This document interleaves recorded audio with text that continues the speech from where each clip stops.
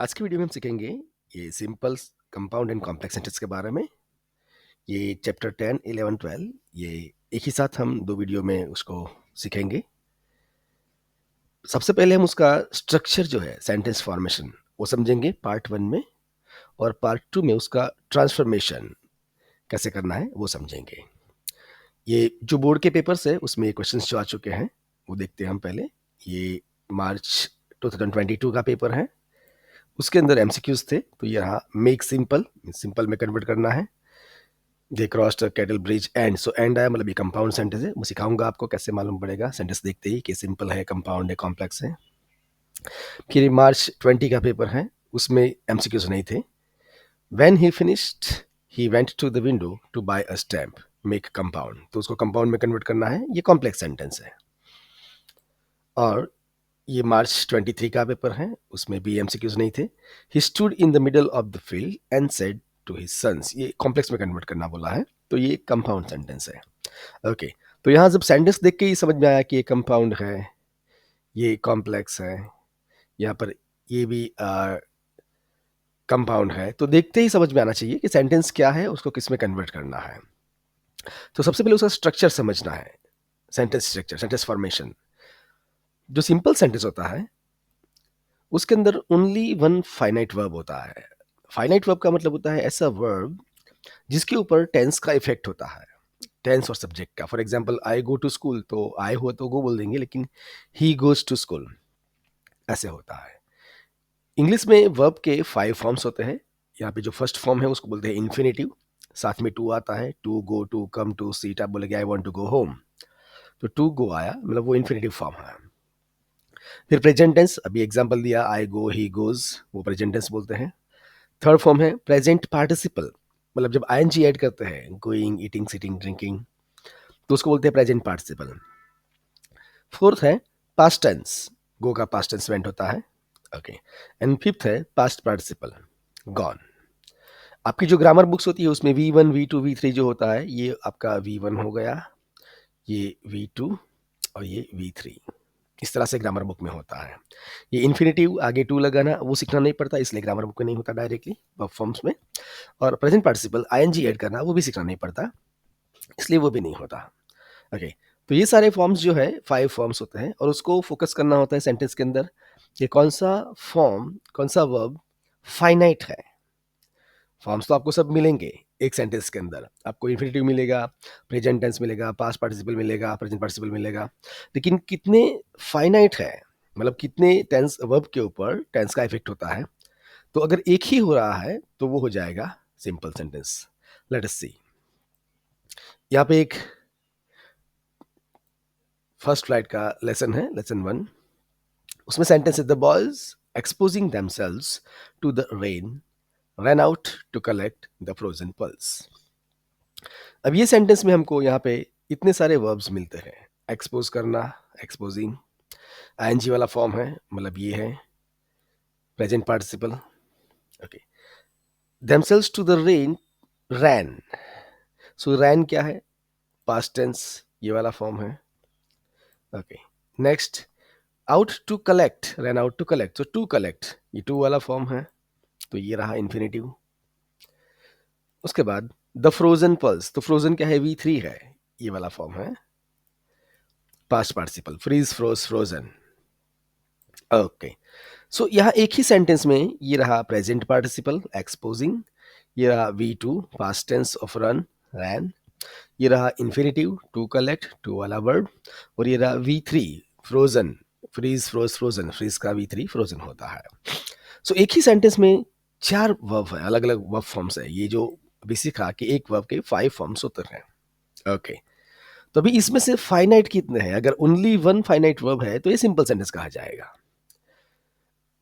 Finite means उसके ऊपर tense का इफेक्ट होता है। तो अगर ये सेंटेंस को हम, ये पास्ट टेंस में है रैन आउट टू कलेक्ट, उसको फ्यूचर में कन्वर्ट करें, the boys exposing themselves to the rain will run out to collect the frozen pulse.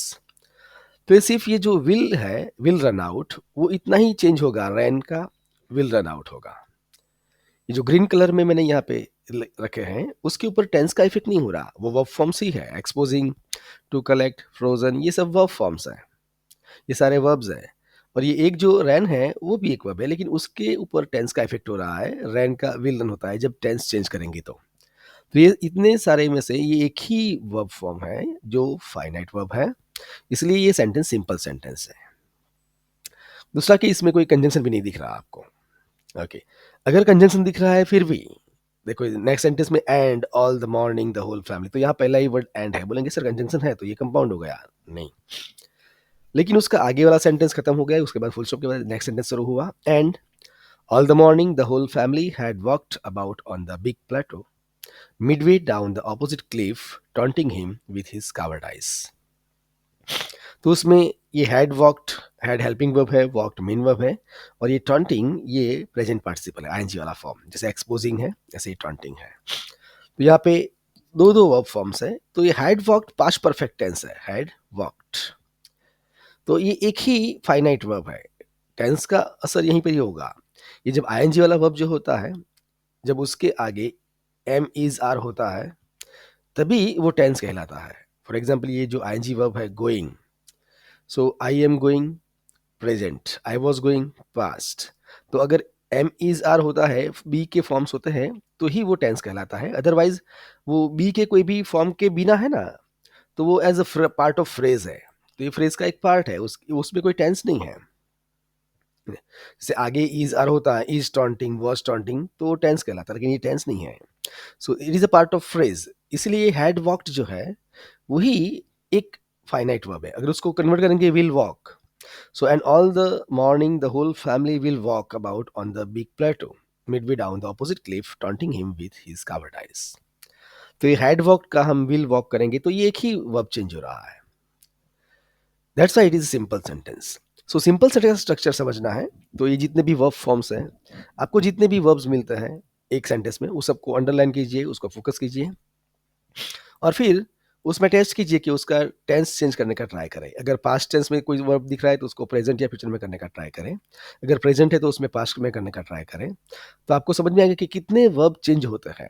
अगर एक ही वर्ब चेंज हो रहा है तो ये एक ही वर्ब जो है वो फाइनाइट है, उसके ऊपर ही टेंस का इफेक्ट हो रहा है, असर हो रहा है, that is under effect of tense. Okay, so ये स्ट्रक्चर हो गया सिंपल सेंटेंस का।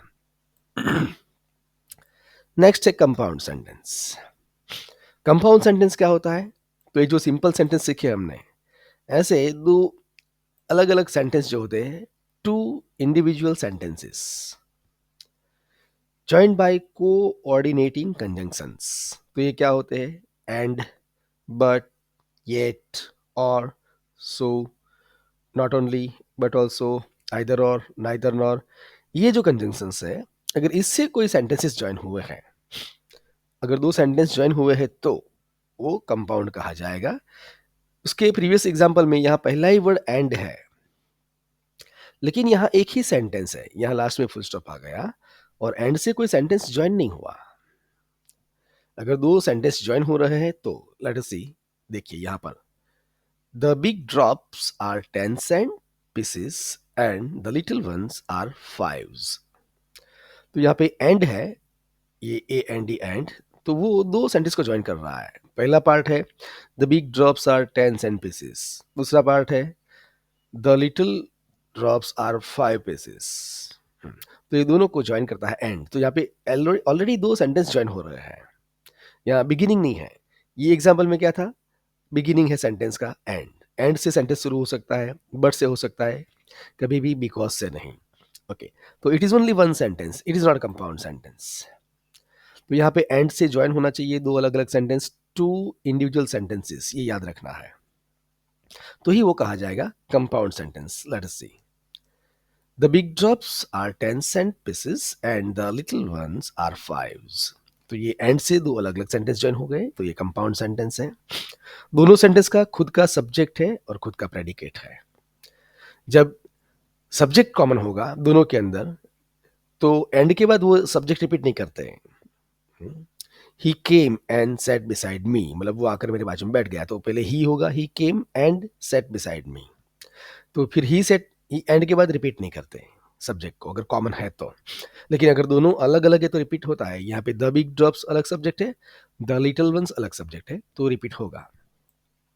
ये इतना बड़ा सेंटेंस है, देखिए, anyone could ramble on and leave big spaces between the words. तो यहाँ कॉमा से पहले जो फर्स्ट पार्ट है उसमें एंड यूज हुआ है, मतलब ये दो अलग अलग पार्ट्स को ज्वाइन करता है, और ये एक थीम, ये कॉन्सेप्ट पूरा हो गया।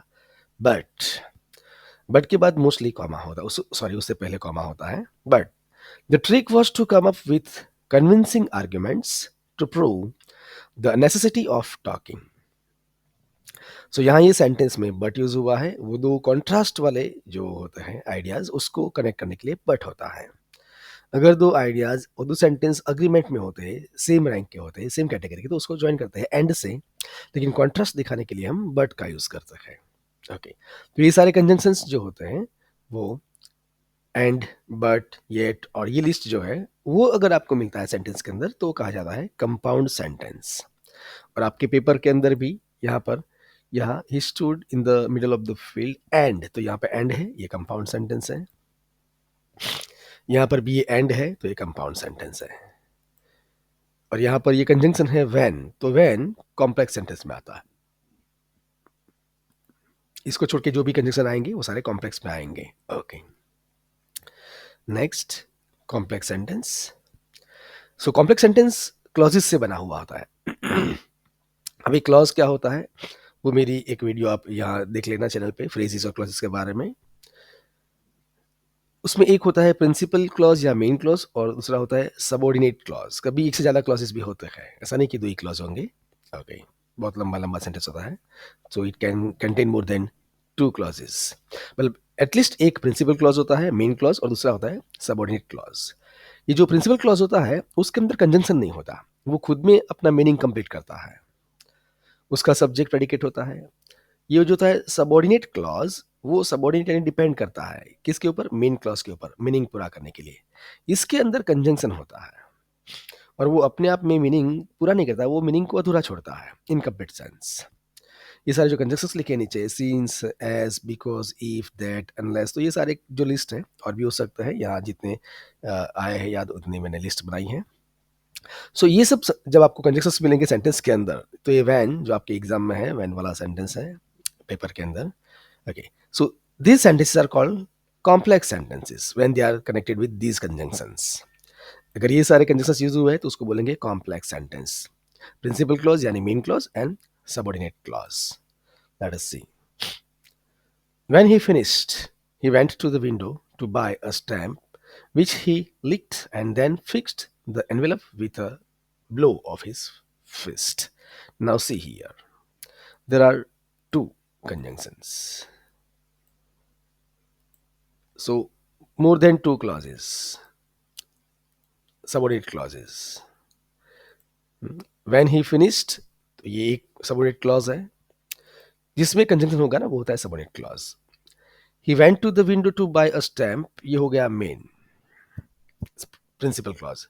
विच ही लिक्ड, तो ये विच ही लिक्ड ये एडजेक्टिव क्लॉज है पूरा, ये स्टैम्प के बारे में। स्टैम्प जो नाउन है और नाउन को क्वालिफाई करने वाला होता है एडजेक्टिव, तो ये पूरा जो क्लॉज है वो एडजेक्टिव क्लॉज है। which he licked and then affixed the envelope with a blow of his fist. तो यहाँ से he licked and, तो अगर ये which के बाद का पार्ट लेंगे he licked and, तो इतना पार्ट होगा he से लेके fish तक, तो वो कंपाउंड कहा जाएगा, क्यों, उसमें एंड है।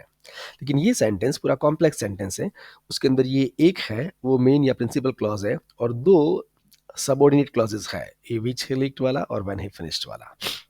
Okay, next sentence.